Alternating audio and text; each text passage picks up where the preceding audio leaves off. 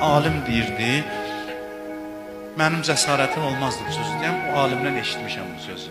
Deyir ki, qorxuram ki, şeytan bizdən daha arif olsun.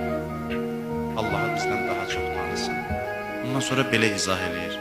Deyir, şeytan ki, imtihandan kəsildi. Şeytan. Dedi ki, sən qovulmuşlardansan. Dedi ki, bəs mənim ibadətim al, bəs əvəzini istəyirəm. Allah başladı əvəz verməyə.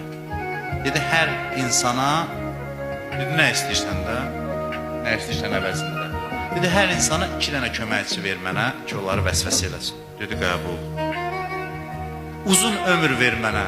Dedi, qəbul. Filan müddətə qədər, məlum müddətə qədər yaşayacaqsan.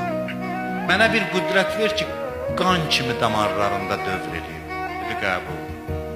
Görün, şeytan Allah'ı necə tanıyır. Sonra deyir ki, bunlar hamısı ibadətimin əvəzi fəzlündən də artır. Bunu cəhənnəmə gedən, əbədi lənətə düçar olan şeytan deyir. Deyir, fəzlündən də artır. Allah deyir ki, bunu verim sənə fəzlümdən. O ədalət idi, ibadətlərin əcri, ədalət. İndi fəzlümdən istəyirəm. Fəzlümdən bunu verim ki, sən vəsvəsə eləyəndə bunlar bilməyəcək o vəsvəsədir. Elə biləcəklər öz ağlına gəlir. Adam deyir, ağlıma gəldi belə eləyim. Elə bilir ağlına gidib, o da dərhal dedi ki, hə, bəsimdir, kifayət. İndi şeytana bu qədər inayət eləyən Allah, sən, mən bu şeytanın müqabilində dayanmağa güc verməyəcək. Biz inansaq ki, verəcək. İnanmaq lazımdır.